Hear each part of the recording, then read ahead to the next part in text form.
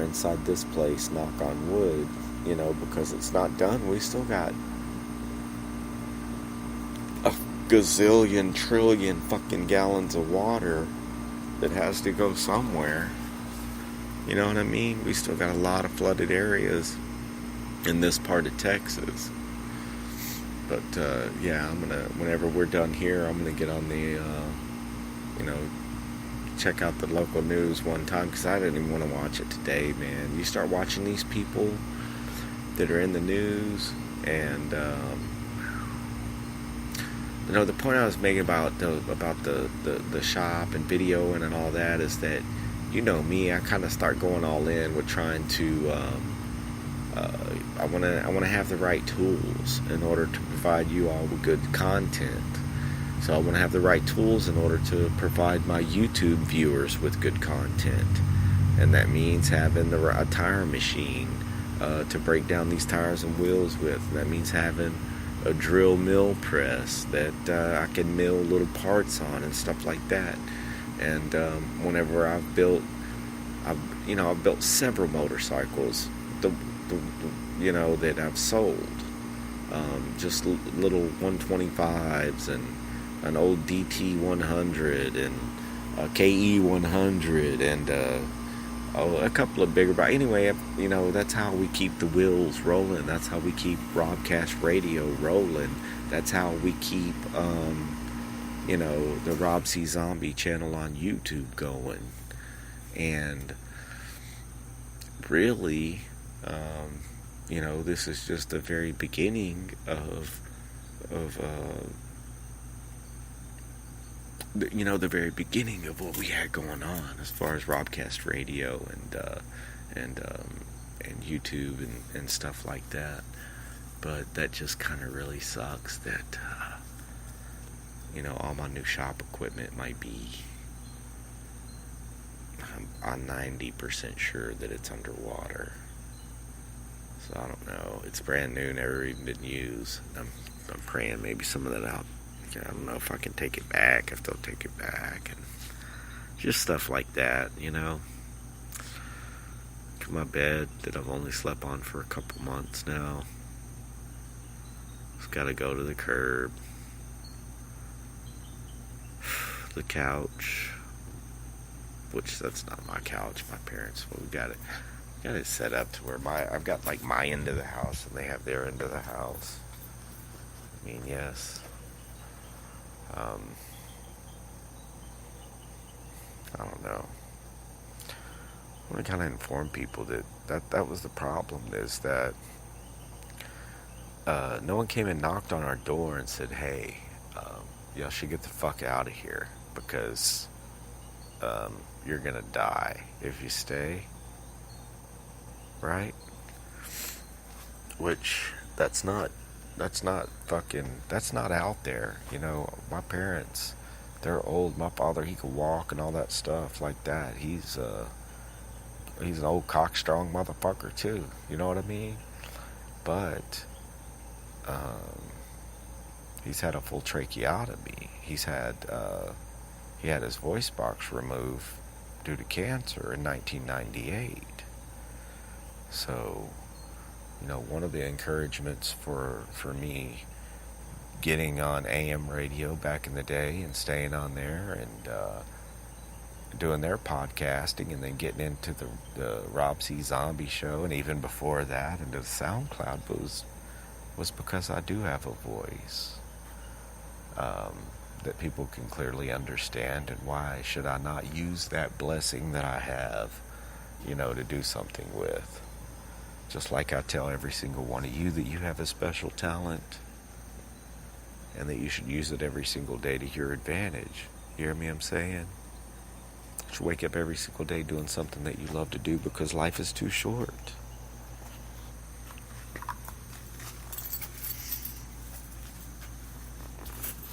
But yeah, no one came up to our door. So yeah, my father, he has a stoma, which means he has a hole in his throat. He speaks with a voice box. It's called an electrolarynx, and the reason that I mention this is because if he happens to, so let's say he needs to be rescued out of there and he falls into the water, then it's game over because he breathes out of his neck. And because it's you know what I mean? It's not something that I know how to deal with, and it's not something that I think even a trained rescue worker will want to have to deal with. And then a mother that has a bad back, she's overweight, she's diabetic. It's real hard for her to move around on her own. She can walk and everything, but you're putting yourself in a whole nother situation. You know what I'm saying? But yeah, no one came to our door, you know.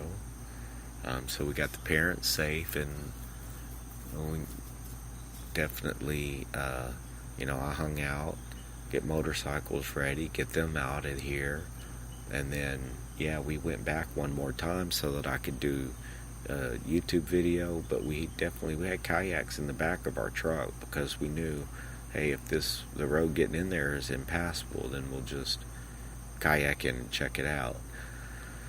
Because at this point, we can kayak past the impassable road into our community that's not totally flooded yet, which is also pretty fucking sketched out to do because you can get yourself flooded in there really, really fast. But, I mean, I consider myself to be a pretty good kayaker of one of the, I don't know, someone that, let's just say that, has been in a boat his whole life and paddling yaks and canoes and all that kind of stuff. So that's not a problem. But not everybody is that has got that advanced level of knowing what the fuck they're doing in a boat. So you got to take that into consideration too. You know, we've had looters. 30 people as of right now are in jail in Houston for looting. There have been standoffs. I saw one on a live stream that was at Little York at a convenience store. At the convenience store, you know, it's one thing people are going in there. It's real, you know, if they're going in there to get food to feed their family, is that one thing? But the ATM was laying out in front of the store. The glass was all broken. And we had a gentleman out there that was an ex-police, that was an ex-SWAT team, that had his big-ass shotgun out there, and he was telling people, I'll cut your ass in half. I'm ex-military, ex-police force, ex-SWAT team, and I have a right to protect our property. I have no problem putting a bullet in your ass. Ain't nothing in there worth it. Get the fuck out. Don't come back. And then a few minutes later, yeah, 2 people left out of there and shagged ass. But yeah, you have some stuff like that going on around Houston, and the way I feel about that is like somebody wants to come in and loot our flooded out ass shit anyway, you know. You're not taking when you take something, man. You're not taking from anybody but yourself. So go ahead on with it. And I had a friend that was worried about leaving her house, and after just being through this, I was like, look, get the fuck out of there. I know you've got neighbors in that community, and you're a single mom. You've got neighbors in that community that are, I hate to say, well, I'm proud to say it, fuck it, they're straight up good old boy rednecks. And they got flat bottom boats, and they got shotguns.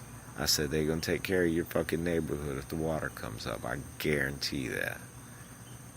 And sure enough, you know, that's what's happening in her neck of the woods. So I hope all of you are safe and sound and dry, and that this motherfucking storm dissipates and the old Brazos River keeps its flow, because I checked the flow chart, and the closest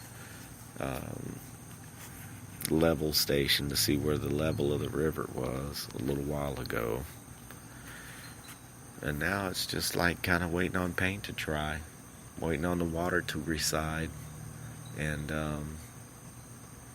you know, praying that the people that you know, lost everything are are going to end up somehow better at the end of the day than they were before this. Maybe they met an interesting person that's going to change their life. You know what I mean? Maybe they met their next husband or wife. So I don't, what's the right call to make? I think our mayor and our police chief. I gotta say that being a broadcaster, sometimes we just talk shit because it's kind of what people want to hear. Sometimes whenever I say certain things, like whenever I do another Robcast about the reality show Big Brother. If you like Big Brother, check out the BB19 Robcast. When BB20 comes out, I'll do the BB20 Robcast. The point is, sometimes on there, I just talk cash shit. You know what I mean? I can make up names for people and call them names and stuff like that. That's just part of being a radio personality. You hear me? But being that I might have talked shit about the way that Sylvester Turner talks as far as whenever he first got elected. But I can't hate on him right now. I think he's done a great job as the mayor of Houston, and what he's doing for the city right now. And Chief Acevedo, you got to send him mad props right now, because he got his hands full. All the Brazoria County sheriff, all of the local police officers, peace officers, even Harold Douglas, our chief, man. You got to give him mad respect right now, because they got their motherfucking hands full. Whenever the people were looting that store on Little York, the girl said, "Did you call 911? He said, "They're a little motherfucking busy right now. You ain't calling 911 right now, in the middle of all that. So yeah, I know there's always a bad apple in the bunch, but that doesn't mean, that doesn't represent everyone. Not everyone in their neighborhood. And if that was the case, then there wouldn't have been someone from that same neighborhood protecting their property. I say no property is worth losing your life over. And I also say that, and not an open door to looters to loot shit, because let me tell you something, we do believe in the Second Amendment, and let me roll up on somebody in my motherfucking property while I'm either kayaking out there while the water's still in it, or while I'm just going out there to check it out after the water goes down. Because it's like a ghost town in some of these communities for a little while, so people will take advantage of it and go in there and try to take whatever. I've seen cars sitting on blocks. It's tough nowadays too, because you don't know what's fake and what's real on this social media. Like, I've seen some posts like some heroes in floods and some other shit like that, but they're posts from a year or 2 years ago that people are just we're just trying to get likes and fucking reposts, because of a natural disaster. I don't agree with that, okay? So you got to take it out, see, watch what they're reporting, because some of the reporters the other day, they were sitting there, we were watching, a man was clinging to a sign, and it was probably water 6 or 8 feet, 10 feet deep, and the guy at some point, man, he just said, fuck it. He had been clinging there so long, and the reporters were talking about it. He had been clinging there so long that he just dove off, and he took off swimming in the water, and the current just fucking swept him away out of camera range over behind these containers, this building or whatever. And the dude reporting on the situation, I've got it recorded on my phone. The dude reporting on the situation says, "Okay, whatever, that guy just took off swimming over there, and he's out of camera range. We lost sight of him, but we'll keep an eye out and see if he pops up anywhere. See if he pops up somewhere." And I said, I know this motherfucker didn't just say, let's see if he pops up somewhere.